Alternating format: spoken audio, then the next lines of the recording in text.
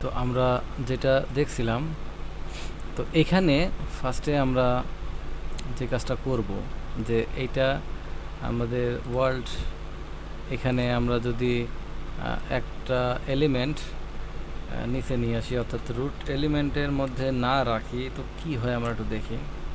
আমাদের কম্পাইলিংয়ে সম্ভবত ইরোর দিছে।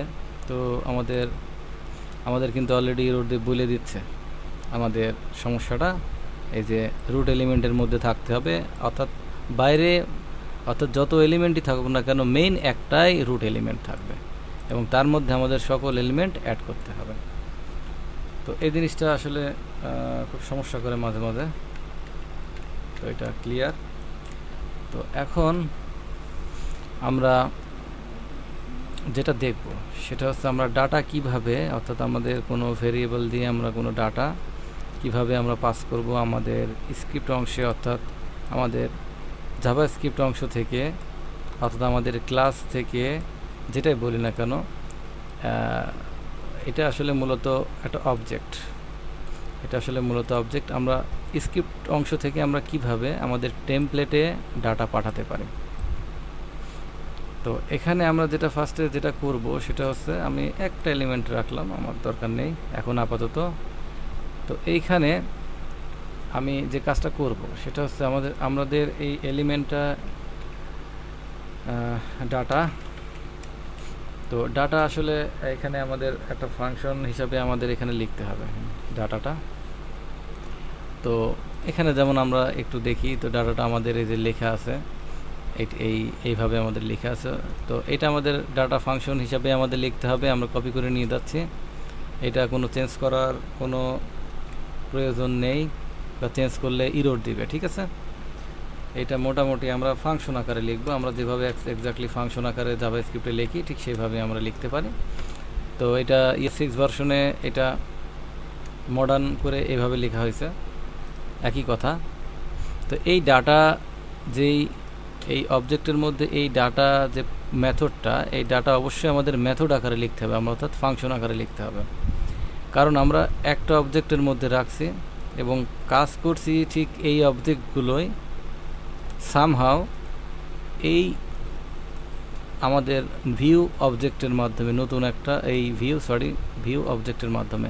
যেহেতু আমরা ভিউর মধ্যে ডিরেক্টলি ব্যবহার করছি না, আমরা আর একটা অবজেক্টের থ্রুতে আমরা এই ডাটাটা ব্যবহার করছি, তো অবশ্যই এখানে আমাকে যেটা কাজ করতে হবে সেটা হচ্ছে ডাটাটা প্রপার্টি হিসাবে ইউজ না করে, অর্থাৎ প্রপার্টি বলতে আমরা ডাটা এইভাবে ব্যবহার করতে পারতাম। তো ডাটা এইভাবে ব্যবহার না করে কোনো, এটা হচ্ছে প্রপার্টি হিসাবে ব্যবহার করা। তো প্রপার্টি হিসাবে এভাবে ব্যবহার না করে ডাটাটা আমাদের কী করতে হবে, মেথড হিসাবে ব্যবহার করতে হবে, এবং অবশ্যই কোনো না কোনো ইনফরমেশন বা কোনো না কোনো যে ভেরিয়েবলের মধ্যে যে আমরা স্ট্রিং রাখছি, এই ডাটাটা আমাদের কী করতে হবে, রিটার্ন করতে হবে। তো আমরা মেসেজের মধ্যে আমরা কি লিখছি, ওয়েলকাম, এইটা লিখছি। তো মেসেজের মধ্যে আমি সাপোজ লিখলাম আই লিভ ইন বাংলাদেশ। তো আমরা এই মেসেজটা আমরা এখানে লিখব MSG। এইটা আসলে ডবল ব্র্যাকেট, কার্লি ব্র্যাকেট দিয়ে বা সেকেন্ড ব্র্যাকেট দিয়ে আমরা যেটা লিখলাম সেটা হচ্ছে এর মধ্যে এটাকে ইন্টারপোলেশন বলা হয়। ইন্টারপোলেশন হচ্ছে কোনো ভেরিয়েবল এবং স্ট্রিং এই দুইটার কনকাটেনেশন, অর্থাৎ যুক্ত করে। তো তাইলে আমরা ইন্টারপোলেশন করলাম এই ভ্যালুটা, এই ভেরিয়েবলটা এখানে আমরা, তো এখানে আসলে আমরা মূলত কি দেখব, সেভ করলাম।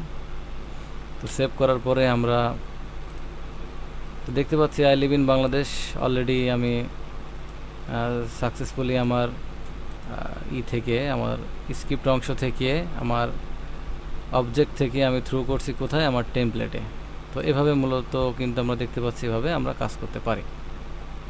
তো এইটা মোটামুটি এটা বেসিক জিনিস। তো প্রত্যেকটা ক্ষেত্রে আমরা যেটা কাজ করব, আমরা ডাটাটা অবশ্যই রিটার্ন করব। এখানেও রিটার্ন করা আছে। অ্যাপ ভিউতে ডাটা কোনো অংশ নেই, কারণ এর বেসিক্যালি কোনো ডাটা এখানে ইউজ হচ্ছে না এইটা। তো অ্যাপ ডট ভিউতে পরে যে আমরা আমাদের যে টেমপ্লেট সেটা আমরা ডাটা অংশটা বুঝলাম, দেখলাম।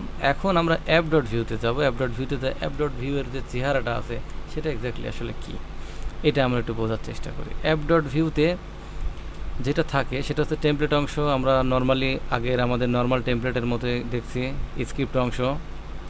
যদি ডট ভিউ ফাইল হয়ে থাকে তো তার টেমপ্লেটিং যে কাঠামো সেটা এমনই থাকবে, এবং স্টাইল অংশ আমরা দেখতে পাচ্ছি।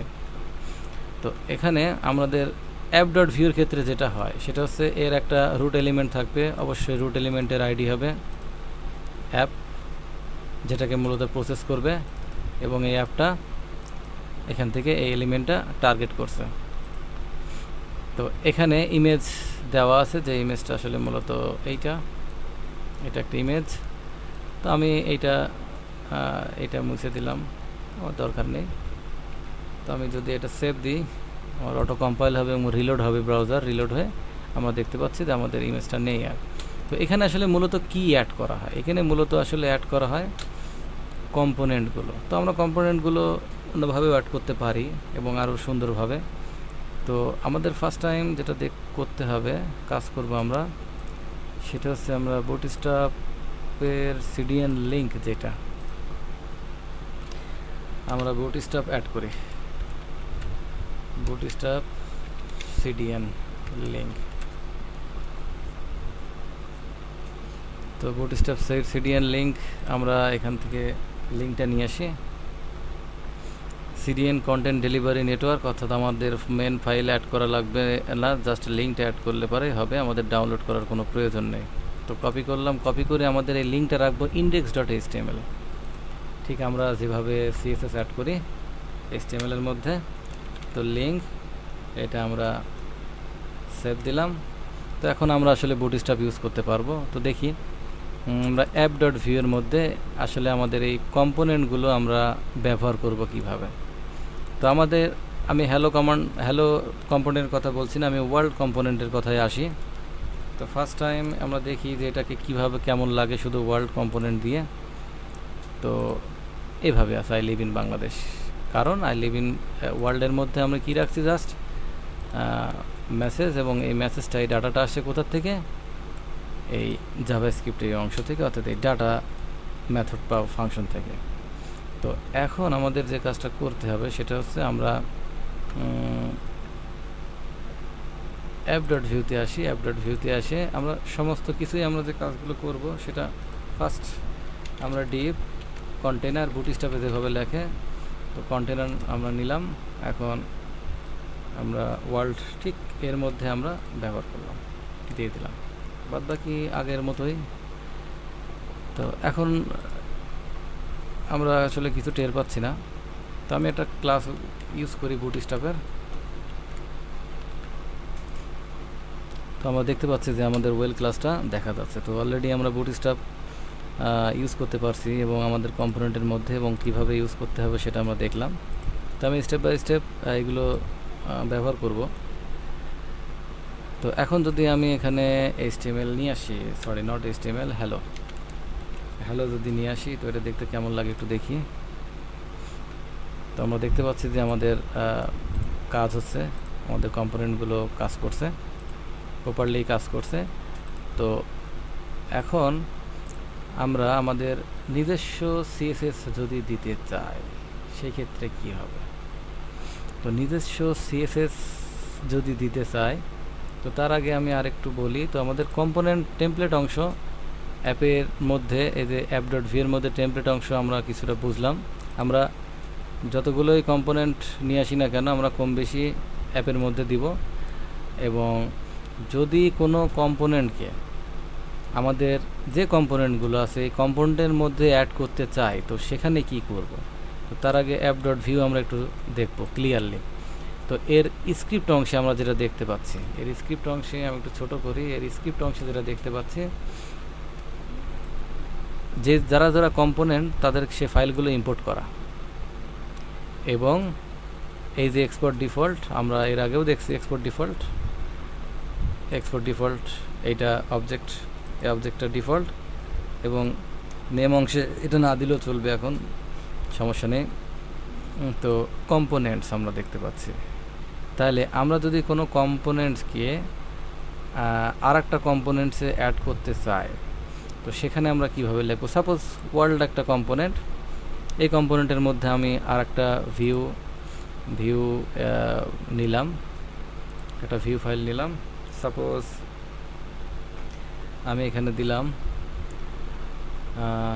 কি দেবো, ওয়েলকাম। এটা বড় হাতের দিতে হয় ফাইলের নামটা, এটা একটা standard practice, welcome dot view. তাহলে এই ওয়েলকাম যে ফাইলটা আমরা চাচ্ছি, এই ফাইলটা আমাদের অবশ্যই আগে যে কাজ করতে হবে সবার প্রথমে, সেটা হচ্ছে টেমপ্লেটিং যে সিস্টেম, এটা দিয়ে দিতে হবে। তো এখানে আমি যেটা দেব সেটা হচ্ছে, এখানে ভেরিয়েবল এটাই থাক, এটা হচ্ছে আমরা দিব welcome view file from world file, just আমরা এখানে এটা দিয়ে রাখলাম। তো এই ওয়েলকাম ফাইলটা আমি চাচ্ছি এখন ওয়ার্ল্ড ফাইলের মধ্যে চাইল্ড হিসাবে কাজ করুক, ঠিক যেভাবে অ্যাপের মধ্যে হ্যালো এবং ওয়ার্ল্ড কম্পোনেন্ট হিসাবে বা চাইল্ড হিসাবে যেভাবে আমরা শো করতে পারছি, আমাদের বানানো যে টেমপ্লেট, এই টেমপ্লেটের মধ্যে আমরা এখন ব্যবহার করব কাকে, ওয়েলকামকে। তো আমরা কিভাবে লিখতে পারি? তো আমাদের ডাটা অংশ আমরা দেখতে পাচ্ছি। তো আমাদের যে অংশটা মূলত লাগে চাইল্ড বানাতে গেলে, সেটা হচ্ছে প্রথমে আগে ফাইলটা ইম্পোর্ট করতে হয়। তো আমি এটা কপি করলাম,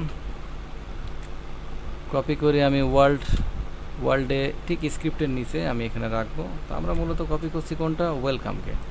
তো যেহেতু ওয়ার্ল্ড এবং ওয়েলকাম সেম পাতে আছে, তো আমরা এখানে কম্পোনেন্ট আর দেওয়ার দরকার নাই, জাস্ট আমরা ওয়েলকাম, এখানে ভিউ প্রয়োজন নয় দেওয়ার, এবং এটা কি নাম, ডিফল্ট যে নাম সেই নামেই থাকবে, ওয়েলকাম।